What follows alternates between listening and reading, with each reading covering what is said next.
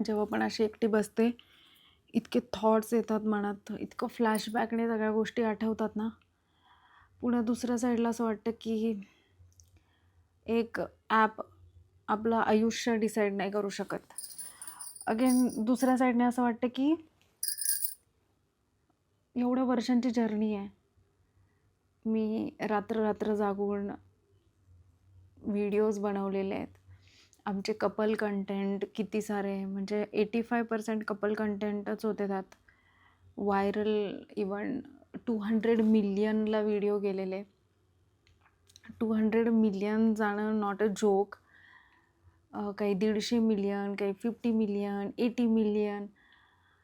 आणि जेव्हा आम्ही व्हिडिओ शूट करायचो त्याच्या मागच्या गोष्टी मला जेव्हा पण मी व्हिडिओ बघायचे म्हणजे आपण आपलेच व्हिडिओ खूपदा ओपन करून बघतो आणि त्याच्या मागचे BTS आठवतात की आम्ही कसं हसलेलो. त्या सगळ्या मोमेंट अशा फ्लॅशबॅकने माइंडमध्ये येत असतात ना,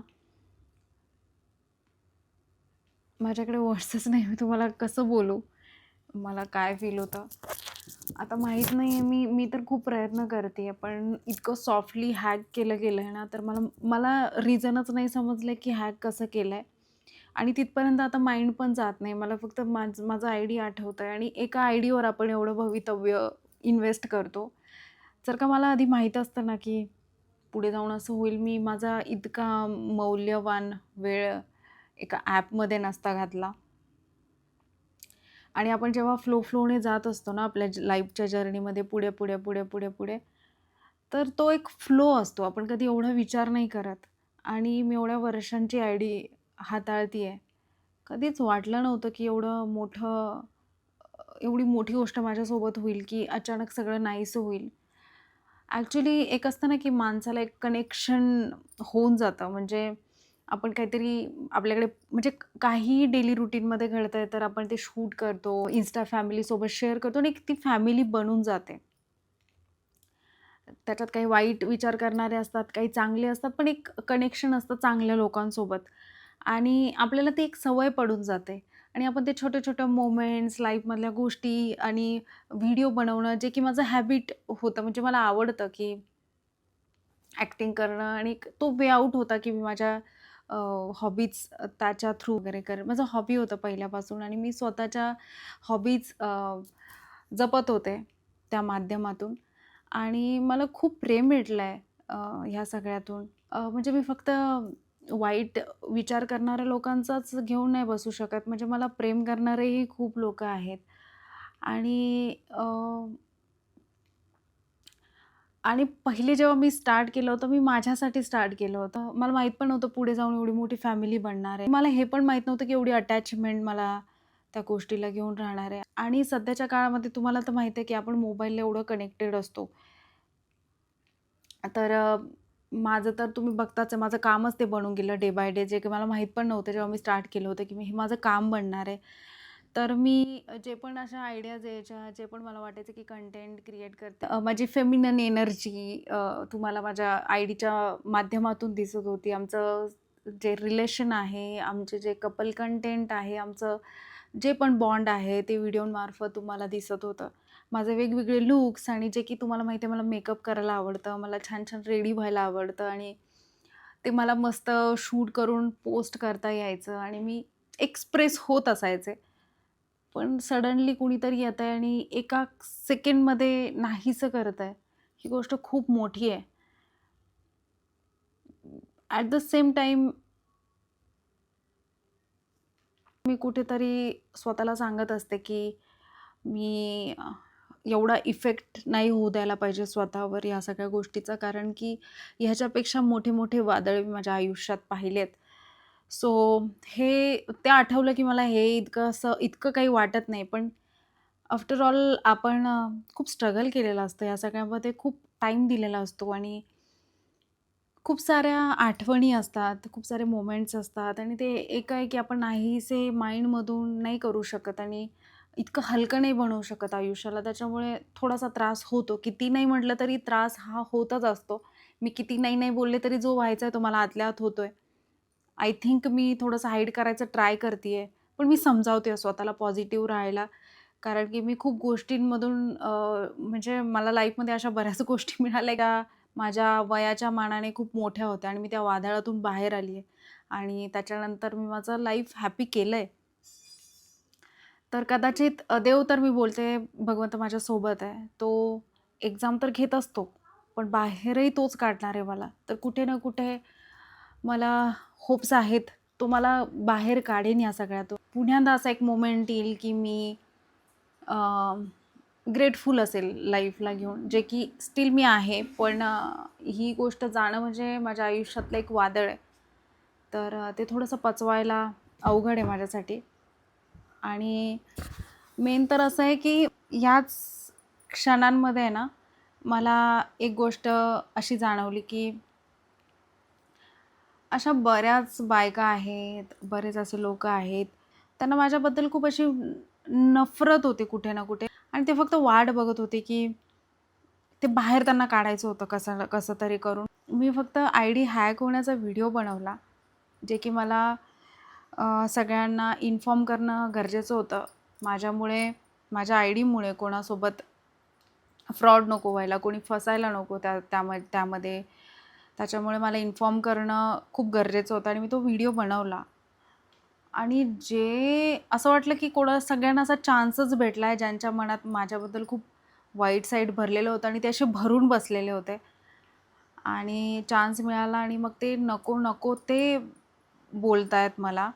पण मला हे खरंच नाही माहिती की मी असं काय बिघडवलंय तुमचं, की मला माझ्याबद्दल इतक्या गोष्टी ऐकायला भेटतायत. म्हणजे एवढ्या दिवसांची मी Instagramवर आहे, सोशल मीडियावर आहे. एवढं हेट मी कधीच नव्हतं बघितलं. ॲक्चुअली हे पचवायला खूप अवघड जातंय, की हे आलं कुठून? आणि हे इतकं नव्हतं मी बघितलं. हार्डली काही कमेंट्स असायच्या आणि ते ठीक वाटायचं. पण एकाएकी सगळे म्हणजे जे माझे हितचिंतक आहेत त्यांना सोडून मी बोलते. पण खूप लोकं मी असे बघितले, की ज्यांना अचानक माझ्याबद्दल एवढा वाईटपणा का आला? ना की मी तुमची नेबर आहे, ना की मी पर्सनली तुमच्याशी कनेक्टेड आहे. तुम्ही फक्त मला व्हिडिओ टू व्हिडिओ बघितलेला आहे आणि तरी पण एवढा वाईटपणा. इतका की असं वाटत होतं, की मी कुणाचं खूप मोठं काहीतरी बिघडवलंय. प्रत्येक सिंगल पर्सनॅलिटीचं मी काहीतरी पर्सनली खूप बिघडवलंय. एवढं हेट मी बघितलं. बट स्टिल प्रत्येकाचं आयुष्य असं असतं ना, काही दिवस चांगले असतात, काही दिवस वाईट असतात. पण वाईटातून ते चांगल्या दिवसांमध्ये नक्की येतात. तर हे प्रत्येकासोबत असतं. सो माझ्यासोबत आलंय आणि मला या सगळ्याची सवय आहे. काही गोष्टी माहिती होणं खूप गरजेच्या असतात. तर बरं झालं मला ॲटलीस्ट कळलं तरी, की आपण प्रत्येकालाच चांगले वाटू असं नाही आहे. तर ही जगाची रीत आहे, की कोणीतरी असं असतंच, की ज्याला आपण नाही आवडत आणि ते पचवायचं असतं. भले आपण कोणाचं काही नाही बिघडवत किंवा मी तर ट्रायच करत असते, की माझ्याकडनं उलटं काय चांगल्या-चांगल्या गोष्टी देता येतील. सो माझ्या भावना तर प्रत्येकासाठी नेहमी चांगल्याच राहिल्या आहेत आणि चांगल्याच असणार आहेत. कोणी वाईट बोलो, नाही बोलो, कसं असतं, की आपण जी दिशा देतो ना समोरच्याला बघून जी दिशा देतो आणि जे बोलतो ना, तर असे बरेच लोकं असतात, की ते इन्फ्लुअन्स होतात आणि काहींना स्वतःचं मत नसतं आणि काही लोकांचं आयुष्य फक्त जज करण्यातच जातं आणि ते समोर म्हणजे ते जज करण्यात इतका स्वतःचा टाईम घालवतात, की ते स्वतःसाठीचा जो मौल्यवान वेळ आहे, तो स्वतःसाठी घालवू शकतात आणि स्वतःमध्ये काही बदल करवू शकतात. पण ते तसं नाही करत. ते दुसऱ्यांमध्येच हरवून बसलेले असतात. काही एवढे ऑब्सेस्ड असतात, की त्यांना एक्सेप्टच करायचं नसतं समोरच्यासाठी चांगल्या काही गोष्टी. त्याच्यामुळे त्यांचा तो राग, द्वेष असा एकाएकी बाहेर निघतो, जो मी काही बायकांमध्ये बघितला आहे. जे की मी त्यांना पर्सनली ओळखत पण नाही आणि मी कधी बघितलेलं पण नसतं. तरी पण त्यांना माझ्याबद्दल इतका द्वेष आणि एखाद्या पर्सनला आपण ओळखत पण नाही आहे, फिजिकली कधी भेटलो पण नाही आहे. तरी त्या पर्सनसाठी इतका द्वेष का? जे की तुम्ही मला फक्त व्हिडिओतच बघितलंय. ना मी कधी बोलले आणि जेवढं पण तुम्ही व्हिडिओत बघितलंय, मला नाही वाटत मी कुणाला लागेल असं बोलले पण आहे कधी. तर मग अचानक इतका द्वेष का? ठीक आहे. एक्सेप्टन्स ही की आहे सुखी राहण्याची. मला तर ते ठेवणं गरजेचंच आहे. बाकी सध्या माझी झोप होत नाही आहे आणि फक्त पळापळ चालली आहे आणि माझ्या बबूला टाईम दिला जातो आहे सध्या. परत मी विचार पण केला होता की मी थोडी सुट्टी घेते, ह्या सगळ्यातून थोडंसं बाहेर जाते, काही महिन्यांसाठी गायब होऊन जाते. परत मी विचार केला की माझं डेली रुटीन का टाळू. जर का मी माझं काम चालू ठेवलं तर कदाचित ह्या सिच्युएशनचा जो असर आहे माझ्यावर कमी होणार. कदाचित मी थोडंसं डिस्ट्रॅक्ट पण होऊ शकते, मला थोडा कमी त्रास होईल. तर मी माझं डेली रुटीन हे चालू ठेवलेलं आहे आणि उद्याचं आमचा प्लॅन आहे की आम्ही थोडंसं बाहेर फिरायला जाणार आहे. गेल्या 5-6 दिवसांपासून आम्ही फक्त बाहेर फिरतो आहे, त्याच्यामुळे घरात तर कमी लक्ष होतं. फक्त खातो पितो, फक्त किचनकडे तेवढं लक्ष असतं. बाकी साफसफाई तर बिलकुलच होत नाही आहे घरामध्ये. कपडे आवरायचे पडलेले आहेत, कारण आम्ही एक कपडा काढायचा ठरला की अख्खं कपाट खाली येतं. पण आता कसं होतं आहे की थोडंसं माइंड डायव्हर्ट करण्यासाठी हे पण मला इकडे घेऊन जातात, तिकडे घेऊन यांचं तर म्हणणं की तू करतेच कशाला, काय गरज आहे आपल्याला हे सगळं करायची. ह्यांना असं आहे की मी जास्त स्ट्रेस नको घ्यायला, जास्त विचार नको करायला, म्हणून हे माझं माइंड आहे ना डायव्हर्ट करतात. आणि मला ते लक्षात पण येतं, कारण ते मला जाणवू नाही देत की मी तुला मुद्दामहून घेऊन जातोय आणि तुला स्ट्रेस नको म्हणून मी सगळं करतोय. त्यांचं असं असतं की मी फ्लोने बोलतोय की त्यांना इच्छा आहे फिरायची म्हणून चल इकडे तिकडे तिकडे. आणि त्यांनी माझं असतं की माझं मन आहे ना कामामध्ये जास्त गुंतून असतं, मला काम करायला खूप आवडतं. आणि जेव्हापासून मी हे पण व्हिडिओज वगैरे बनवायला लागले तेव्हा पण मी अगदीच लग्नामध्ये कुठे जाणार असेल, रेडी झाले तर व्हिडिओ बनवायचे, कुठे बाहेर फिरायला निघालोय तर मग मी रेडी झाले आहे तर मग व्हिडिओ बनवायचे. पण एकदा का मला कळलं की मी अर्न पण करू शकते, तेव्हा मला असं वाटायला लागलं की हे मी काम म्हणून पण ह्याच्याकडे लक्ष देऊ शकते. म्हणजे मला कळलं की मी माझी आवड पण जोपासू शकते आणि मला अर्निंग पण होते. तर तेव्हापासून मी या गोष्टीला जरा जास्त सीरियस घ्यायला लागले. डे बाय डे ते थोडंसं कामामध्ये गोष्टी माझ्या वाढत गेल्या. मी कामाप्रमाणे काही गोष्टी बघायला लागले. तर ह्यांचं म्हणणं आहे की तू तसं नको करू. तुला आवडतंय म्हणून कर. उगाच काम, काम, काम म्हणून नको करूस.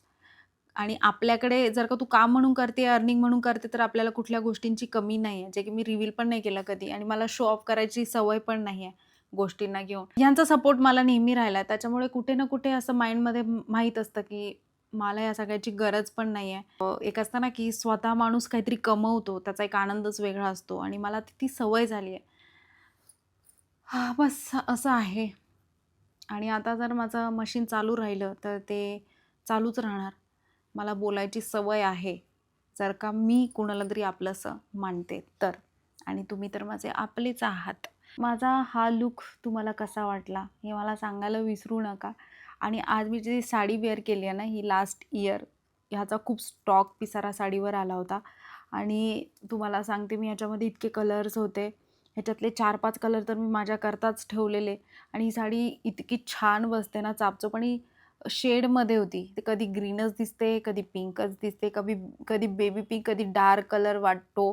तर असे मल्टिपल शेड्स याच्यामध्ये उन्हामध्ये दिसतात हां. तर अशा खूप साड्या पिसारा साडीवर आल्या होत्या आणि आता त्या आउट ऑफ स्टॉक झाल्या. तर मला बिलकुल विचारू नका साडी भेटेल का, भेटेल का? बाकीच्या साड्या आलेल्या आहेत, जे की मी पिंक कलरची साडी लास्ट व्हिडिओमध्ये वेअर केलेली. तर त्याच्यामध्ये खूप सारे कलर्स आलेले आहेत. मी काय करते की काही सेम कलर स्वतःसाठीच ठेवून घेते आणि मग जशा ऑर्डर येतात तशा मी त्या पुढे पाठवते. तर मग कधी-कधी आउट ऑफ स्टॉक होऊन जातं. जे की मला तर जेवढं मी दाखवू शकते तेवढंच मी दाखवते आणि ते ह्याच्यावर पण पडतं प्रोफाईलवर पण. आता जी आज पिंक कलरची साडी सांगितली आहे ना, त्याच्यातले कलर मी अपलोड करते पिसारा साडीवर. तुम्हाला जर का बघायचं असेल, एकदम सिंपल साड्या असतात, पण डेली वेअरसाठी इतक्या छान साड्या आहेत. तर तुम्हाला पिसाराच्या प्रोफाईलवर दिसतील साड्या. आणि जर का तुम्हाला इथे पण बघायच्या असतील, तर मग मला सांगा कमेंट सेक्शनमध्ये. मी नेक्स्ट ब्लॉगमध्ये मी त्या साड्या तुम्हाला दाखवेन. ज्या माझ्याकडे आत्ता अवेलेबल आहेत. पण तुम्हाला त्याचे कलर्स भेटून जातील. म्हणजे तुम्ही जर माझ्या अंगावर एखादी साडी बघताय, तर तुम्ही समजून जा की ह्याच्यामध्ये कलर्स पण अवेलेबल आहेत. असं नाही आहे की एक तेवढाच कलर राहणार. तुम्हाला मल्टिपल कलर्स भेटतील.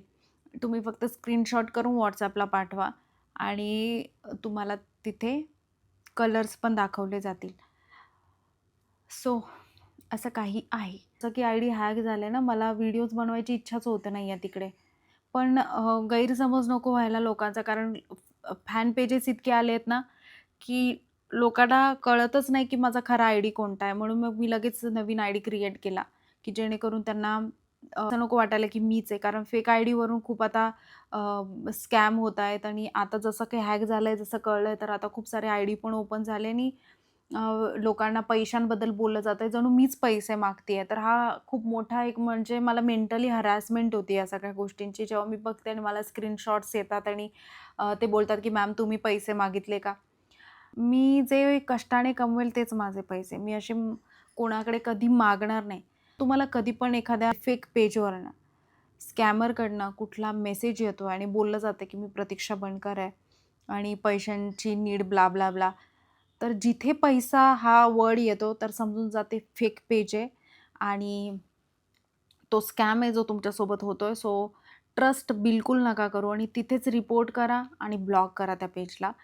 आणि जेवढे पण माझे फॅन पेजेस तुम्हाला दिसतायत, जेवढे पण फेक पेजेस बनलेत, तर त्या सगळ्या आयडीजना रिपोर्ट करा, ब्लॉक करा. माझे आता सध्या फक्त प्रतीक्षा बनकर न्यू आयडी, ज्यावर ब्लू टिक आहे, जे सगळ्यांना कळावं की ते माझं पेज आहे. खास तुमच्याकरताच ब्लू टिक मी घेतलंय, की जेणेकरून कोणाला मिसअंडरस्टँडिंग नको व्हायला आणि तिथे मला कनेक्ट व्हायला. तो एक आयडी आहे, एक प्राच ब्युटी म्हणून एक आयडी आणि एक पिसारा, अशी 3 आयडी माझे Instagramवर सध्या आहेत. त्या व्यतिरिक्त कुठलाही आयडी तुम्हाला दिसतोय, तर तिथे रिपोर्ट करा आणि सरळ ब्लॉक करून टाका. ठीक आहे?